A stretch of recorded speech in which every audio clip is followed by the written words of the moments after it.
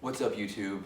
Ryan here again for a follow-up to my first video on the Waza Air headphones. So I've got a few things set up here.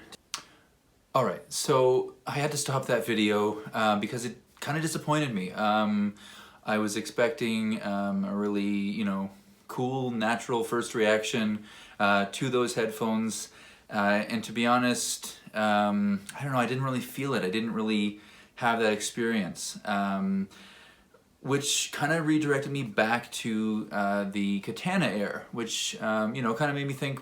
I haven't really seen any videos out there yet comparing the Katana Air to the Waza Air headphones, and maybe we need to kind of break them both down and kind of dial them both in and think about which one serves your purposes better. And I realize there's other amps out there. I know that Yamaha have their series of practice amps which are really popular, and a lot of people prefer them to the Katana series, and Positive Grid just came up with the Spark, and a lot of YouTubers are reviewing that amp right now and speaking so highly of. I believe there's sharing elements in it, and there's so many different tones you can dial in.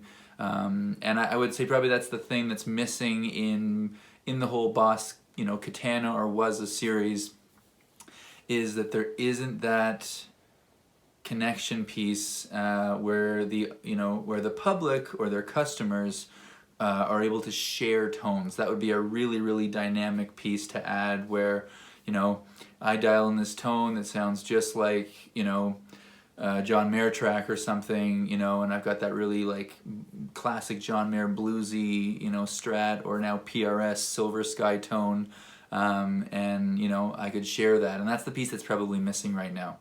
Anyway, I'm getting off on a rant right now. Let's get back to the point of this video, which was comparing the Waza Air headphones to the Katana Air practice amp.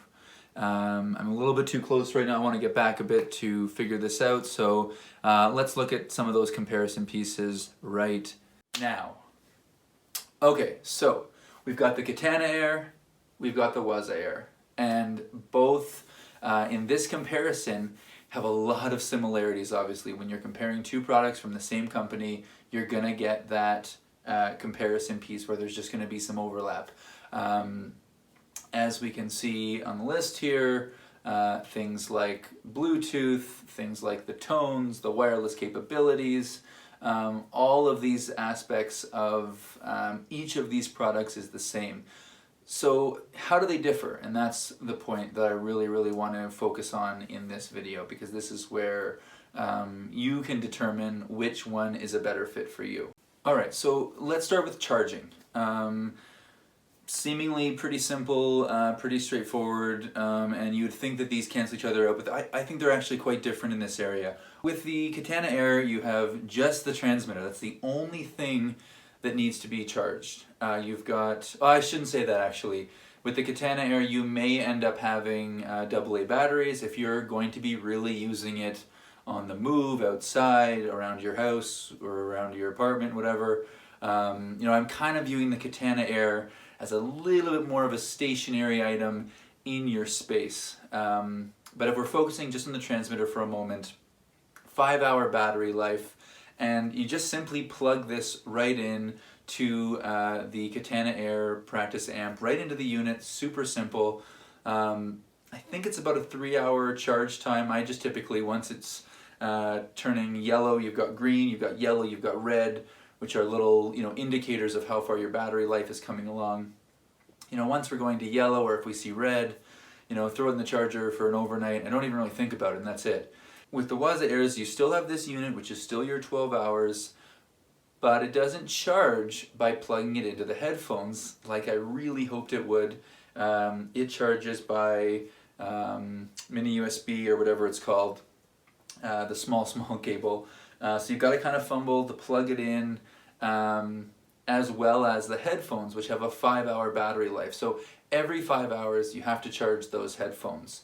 Whereas with the Katana Air, every 12 hours is basically what you're thinking about with this. So it's a lot less required. Now again, if you're using the Katana Air and you've got AA batteries, you're either replacing them or you're having to recharge those, so that is an element to this. But you know, I'm going to assume that most of the time you've probably got your space kind of set up as I do here, where it can kind of remain plugged in and it's not a really big deal.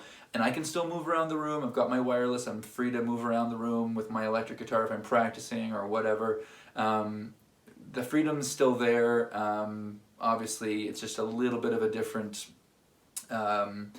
level of convenience, I guess, for the headphones. Next up, I'm going to talk about outputs. So this is a simple one. It's very short. The Katana Air gives you a couple of output options. You've got the USB, is it B? I want to say on the out of the Katana Air, where you can run your tones right into your computer. It can serve as your audio interface if you're recording guitar parts. Or you can run out the headphone out, which also serves like a recording output, and then run that into your audio interface if that's, you know, what you prefer. So you get a couple of different options with the Katana Air, which to me is huge. For me, in the short time I've been using the Katana Air, I feel like sometimes I've got the Katana Air set up as my input as an audio interface. And then the output is actually set up still as my Focusrite unit with my monitors, so I'm able to sort of hear it back through a different setup. So to me, I love the flexibility of having both of these, you know, inputs going in, whether they're both by USB or I've got one going in by the recording or by the headphone jack rather. I just love the flexibility. Waza Airs, there's obviously no output. What you're hearing in your headphones is that's where it is. And, you know, for people that have multiple amps and multiple options, that's going to be a great option to add in if you can afford that, if that suits you.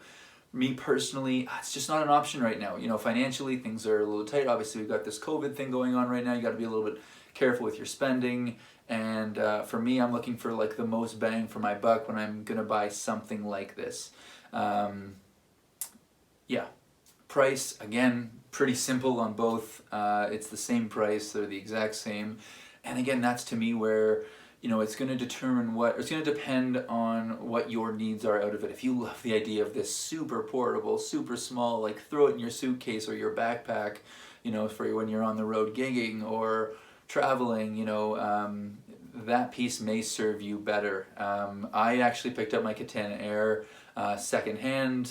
Here in Canada, we were looking at, I think I paid $300 for mine, where they're $550 new, and that's, you know, obviously in Canadian dollars. For yourself, you know, it may be overpriced and it may be just not an option right now. I know for here in Canada, if you're looking at, say, the Katana 50, you're getting 20 more watts.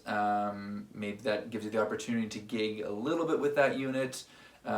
Whereas, you know, for $550 here in Canada, again, you're not getting that option. It's pretty much limited to practicing at home.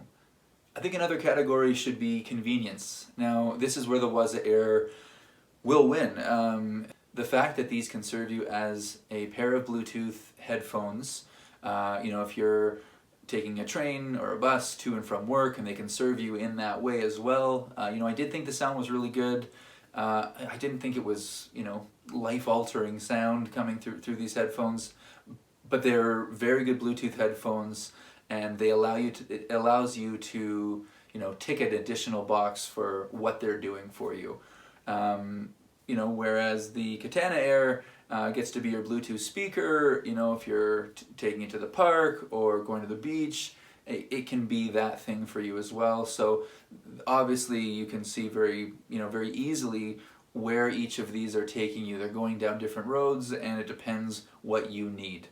What I will say is the wireless feature where, you know, I can plug in this this little transmitter is kind of game changing. When I first saw it, I thought it was pretty gimmicky, and I thought, you know, you're paying this extra money, and, you know, it's got this Bluetooth capability, and it's, you know, trying to fit this other market, and, you know, for the purists out there, they're gonna walk away and go, no, this isn't my tube amp or whatever. But the convenience of, you know, literally picking up your guitar, and this is for both sides right now, to be able to pick up your guitar, it just flips on, it's ready to go. The level of convenience is unbelievable. It's such a fun amp to play with, and to be able to throw your strap on and just be able to walk around the room and just kind of like feel what you're doing is incredible.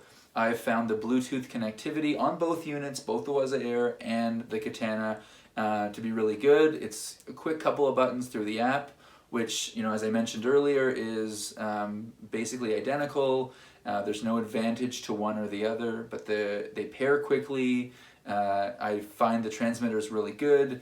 It doesn't drop signal. There's another video out there of a that I saw where, you know, a guy's walking down the beach with his guitar, and he's, you know, to the point where you almost can't see him, and the connection is still strong. So really, really, you know, a compelling argument for, there's no such thing as probably being too far away from it, because you'll get to the point where you just can't even hear it. It's a great, great setup, and as I say, I can't reiterate enough just like how much fun it's been and how much I want to play when it's this convenient. I do want to address one other thing with the Waza Airs, and that was the drift. When I, you know, watched a couple of reviews, I thought, oh, it's not that big of a deal. The convenience of having these headphones is going to be amazing, and it was. But I do need to mention that when you're listening to your music and you've got your amp, you know, set up behind you, like the stage mode that they talked about, and, you know, like halfway through the song, instead of that sound being balanced through both ears, you know, you're getting it strong, strong, strong on your right side, and you're not getting the left. You know, you have to turn yourself to try to balance that sound again, if you're aiming for a balanced sound. I imagine most of us are. That was a pain, and I'm thinking, you know, I've just paid, you know, what I paid for these headphones, and they're not stabilizing. Now, yes, I could go back in and, like, you know, reset it so that it recalibrate it rather, and, you know, it would recenter, but in the middle of a song I have to stop and have to fix that every time. You know, like that's just an inconvenience in something that I just paid a fair bit of money for, and I paid for convenience. So to me, that was a really, really big factor in why I returned my Waza Air headphones. I'm not sure if I covered that yet. It's probably fairly obvious that I lean towards the Katana Air in this situation. The Waza Airs, they're not there yet. I think Mark II could be amazing if the transmitter charges through the headphones and that drift gets sorted out. They're going to be a really, really cool product. But right now, they're not there yet, and I hope they are. I really, really do, because there's something very, very cool about the portability of taking headphones with you. Finally, a couple of uses real quick. Waza Airs, I just envision going like guitar shopping or going to a music store and just bringing these headphones and not having to fumble with amps. You just literally plug in and you're getting a real quick, just to be able to go through and do some quick guitar comparisons is a very cool idea. Now I guess I could bring my Katana Air as well, but the idea of just having these headphones with you at the shop, plug in real quick, do a test, seems like a really, really fun idea for me, or fun use of the Waza Air. I do teach, and the Katana Air is a super fun product to have at my school sometimes, where I can have, like, you know, wireless connectivity to be able to move around the room, help my students out. They're still hearing what we're supposed to be playing, and they can, you know, obviously try to follow along with that tone. I did it before with a corded instrument, and it was a pain. I was always getting, you know, kind of tangled up or around students and stuff. So to be totally wireless is a very cool feature for teaching, and it is loud enough for a classroom, the Katana Air. Anyway, I think that about wraps it up. I just wanted to say thank you. Subscribers are, again, slowly growing. When you're a small channel like mine, you know, small things make big differences. We just went over 100 subscribers, and to most people that's a very small number, but it means something to me. So I want to say thank you to everyone that is following this channel, that's taking interest in what I'm talking about. My name is Ryan, and this little project is called Tides on Earth, and I think this time right now that we're going through with COVID is obviously it's a huge adjustment, and for some people it's a very tough time for musicians, you know, losing out on those opportunities to gig. We're trying to share our music in free forums, or hoping for opportunities for tips and things like that. I just want to say thank you to everyone who's paying attention to what I'm trying to do here. Your efforts to help out musicians mean the world to all of us. And be safe, be well, everyone, and let's hope this is over soon so we can get back to real stages, not backgrounds like this in my basement. Thanks, everyone. We'll see you again soon. Peace!